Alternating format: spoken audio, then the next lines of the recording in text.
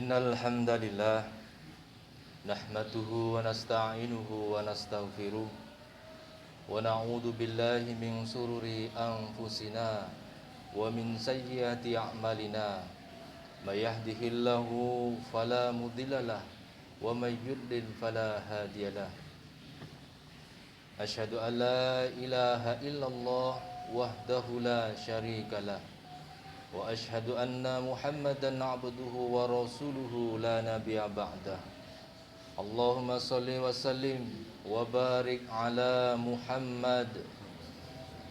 Faya ayuhan nas ittaqullaha haqqa tuqatih wa la tamutunna illa wa antum muslimun.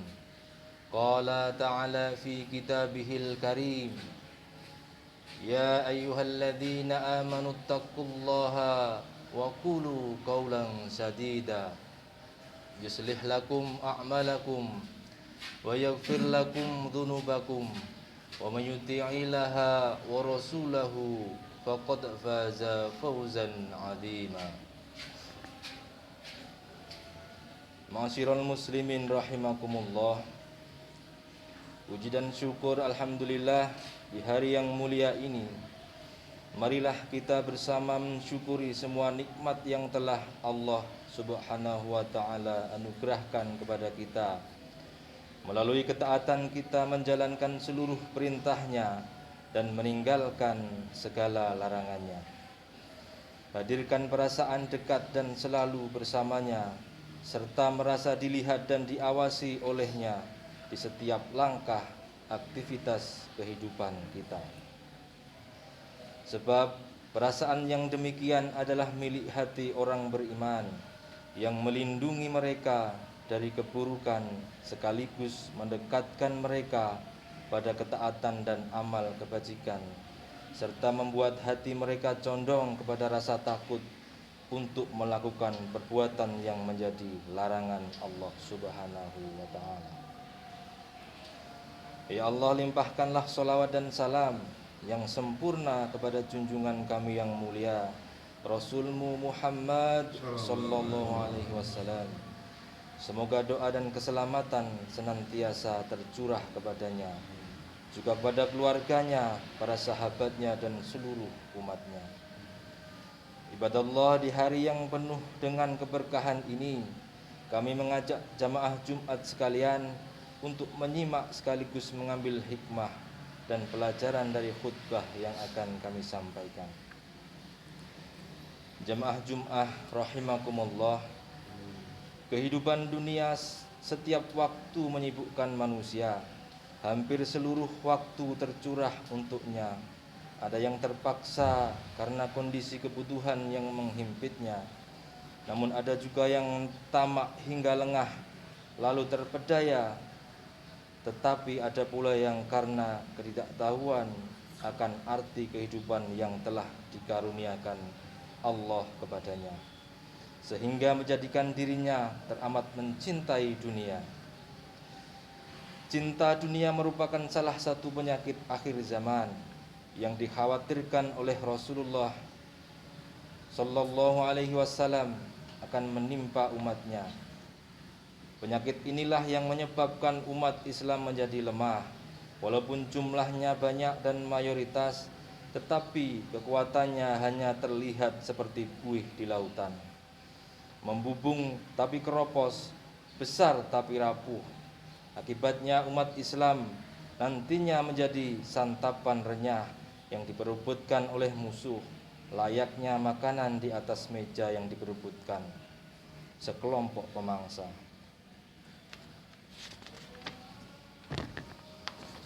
Kondisi seperti ini digambarkan dalam hadis yang diriwayatkan oleh Abu Daud, bahwasana Rasulullah sallallahu alaihi wasallam bersabda yang artinya, hampir tiba masa di mana kalian diperebutkan sebagaimana sekumpulan pemangsa yang memperebutkan makanannya.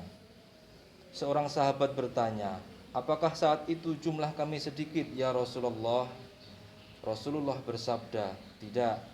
Bahkan saat itu jumlah kalian sangat banyak.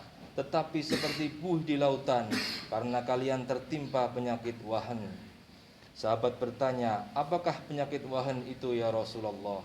Beliau menjawab, penyakit wahan itu adalah cinta dunia dan takut mati. Ma'asyiral muslimin rahimakumullah, cinta dunia tidak terkait langsung dengan mencari, memiliki ataupun menggunakannya, tetapi terkait dengan cara menyimpannya, yakni meletakkannya di hati. Mencari, memiliki dan menggunakan dunia tidak dilarang, bahkan dianjurkan dan diperintahkan oleh Allah Subhanahu wa taala. Sepanjang dunia yang dicari dan dimiliki tidak dipergunakan untuk merusak, namun untuk berbuat kebaikan sebagai bekal kehidupan di akhirat. Perintah tersebut sebagaimana Allah berfirman dalam Quran surat Qasas ayat 77.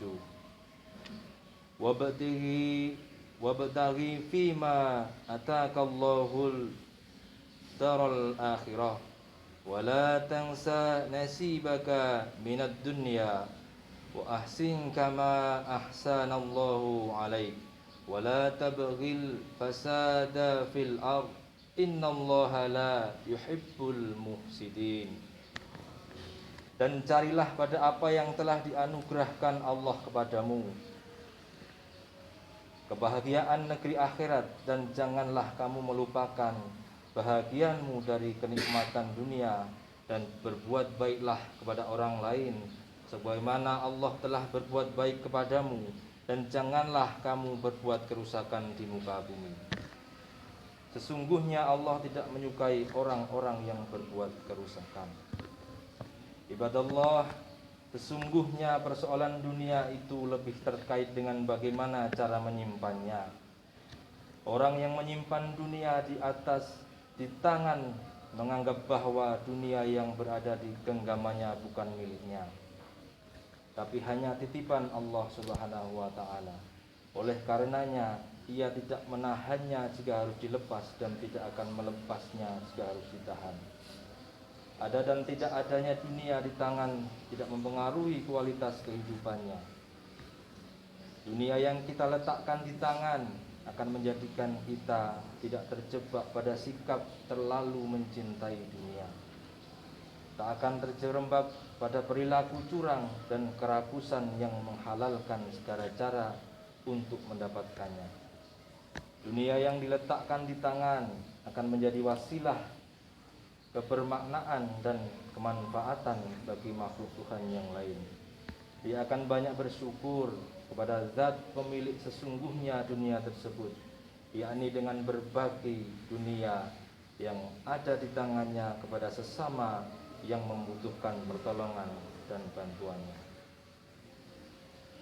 Sedangkan orang yang menyimpan dunia di hatinya, mereka meyakini bahwa dunia yang ada padanya semua miliknya, bukan titipan Allah Subhanahu wa taala.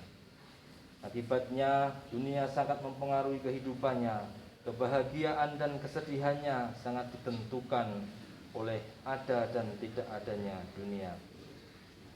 Merasa tidak cukup dengan yang sudah dimilikinya, gejolak, ketamakan dan kerakusan membuatnya hidup dalam kerisauan terus-menerus. Tidak pernah merasa cukup dengan yang sedikit dan tidak merasa puas dengan yang banyak. Orang yang meletakkan dunia di hati akan segan dan sayang untuk berbagi dengan sesama, untuk memberi kemanfaatan bagi manusia yang lainnya. Dia akan banyak merasa kehilangan meski hartanya berkurang, walau itu hanya sedikit. Inilah hakikat cinta dunia.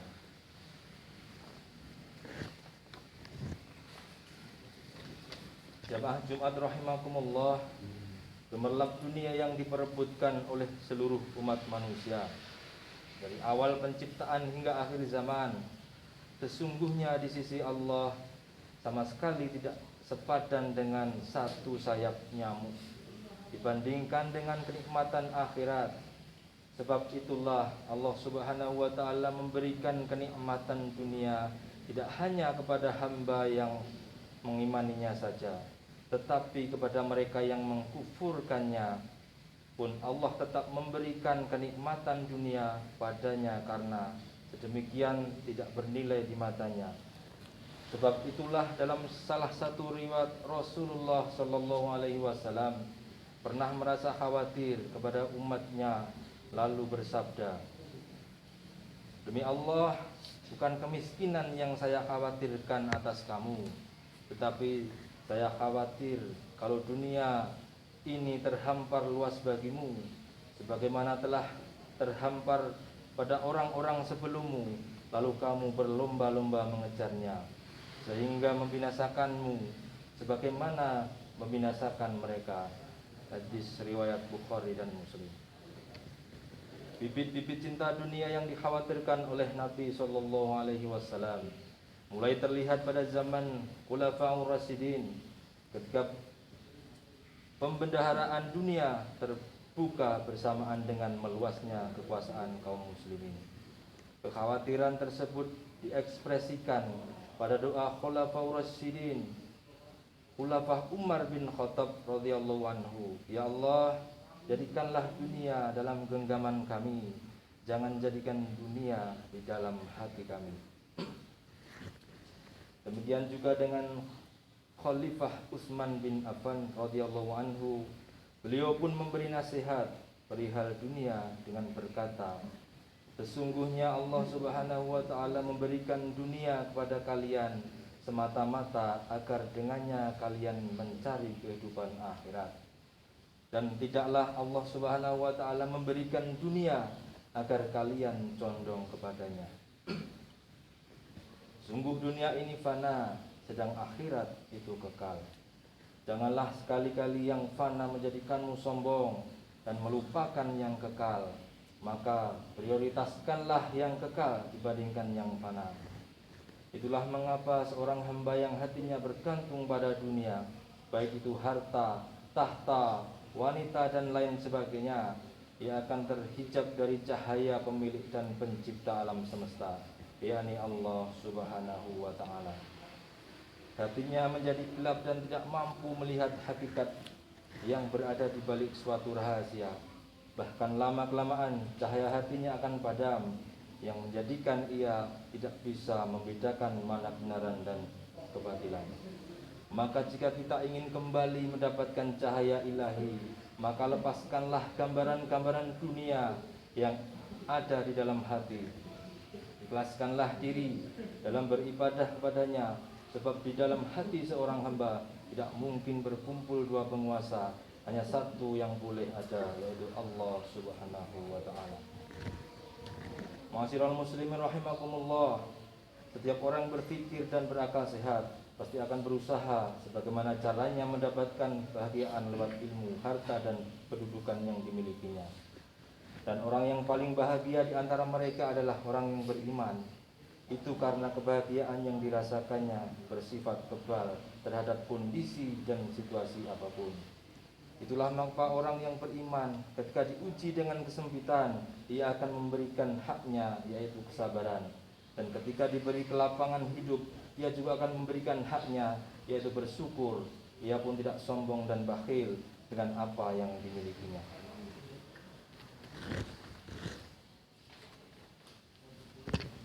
Barakallahu li wa lakum fil Qur'anil azim. Wa nafa'ani wa iyyakum bima fihi minal ayati wa dzikril hakim. Aqulu qouli hadza wastaghfirullahal azim wastaghfiruhu innahu huwal ghafurur rahim.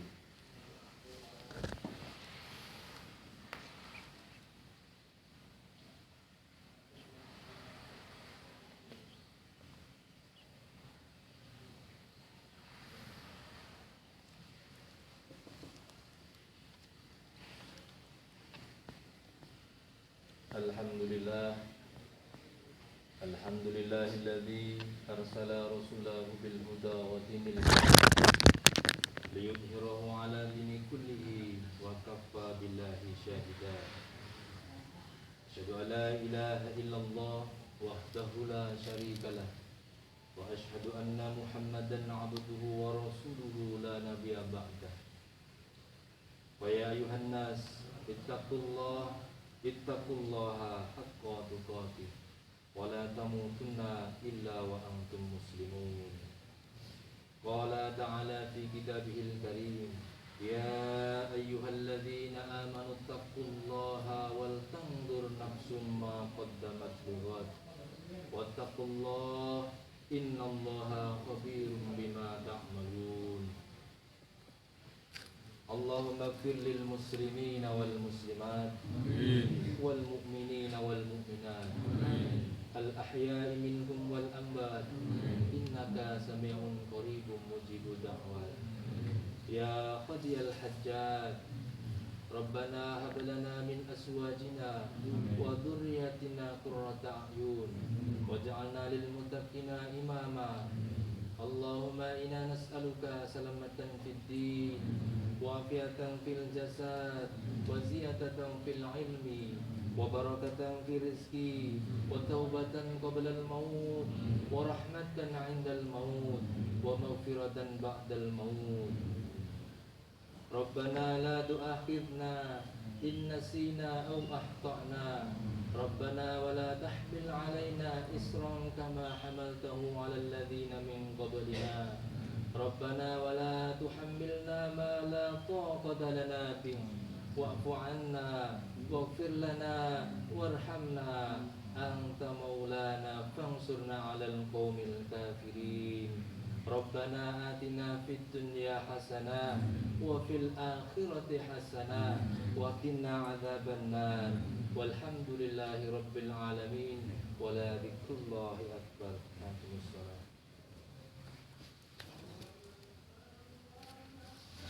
الله أكبر الله أكبر أشهد أن لا إله إلا الله أشهد أن محمد رسول الله حي على الصلاة حي على الفلاح قد قامت الصلاة قد قامت الصلاة الله أكبر الله أكبر لا إله إلا الله لا إله إلا الله محمد رسول الله. سووا صفوفكم فإن تسوية الصفوف من تمام الصلاة. سمعنا وأطعنا.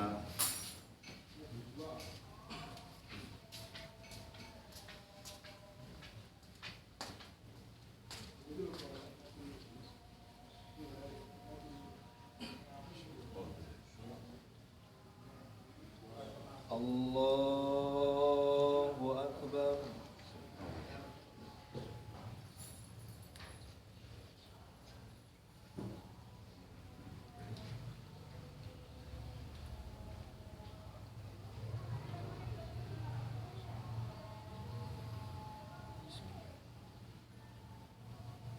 Alhamdulillahi Rabbil Alamin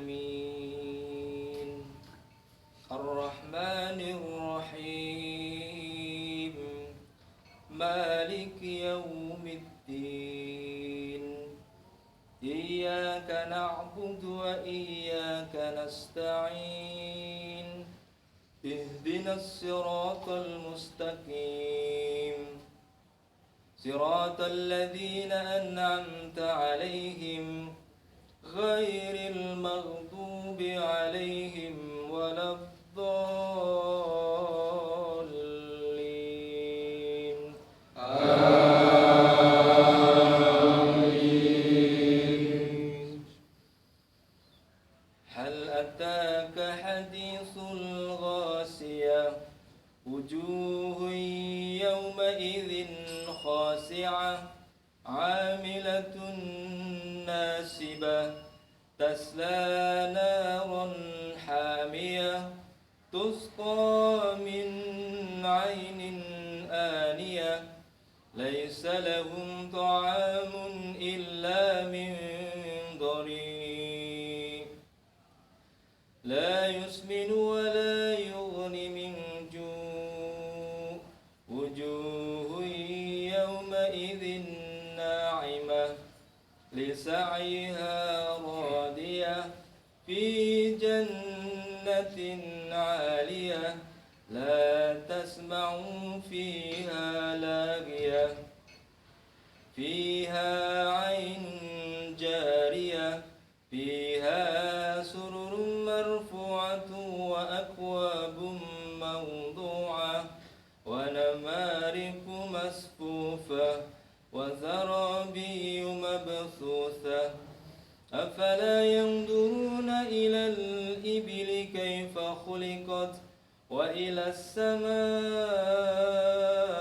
كيف رفعت وإلى الجبال كيف نصبت وإلى الأرض كيف سطحت فذكر إنما أنت مذكر لست عليهم بمسيطر إلا من تولى وكفر فيعذبه الله العذاب الأكبر إن إلينا إيابهم ثم إن علينا حسابهم. الله أكبر.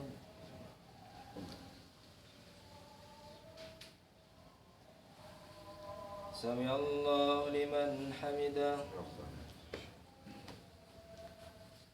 الله أكبر.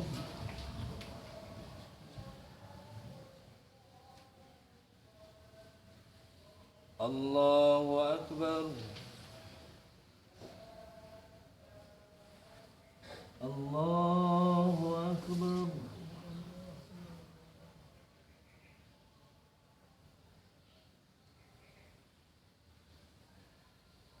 الله أكبر.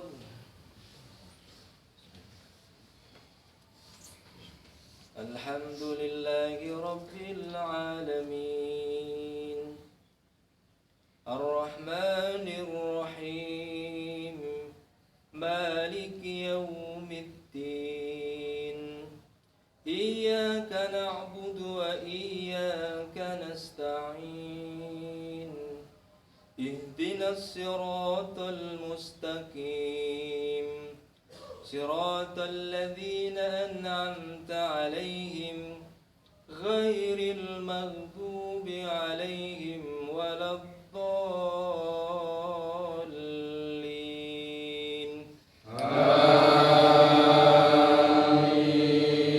آمين. أرأيت الذي يكذب بالدين فذلك الذي يطوع اليتيم ولا يحض على طعام المسكين فويل للمصلين الذين هم عن صلاتهم ساهون الذين هم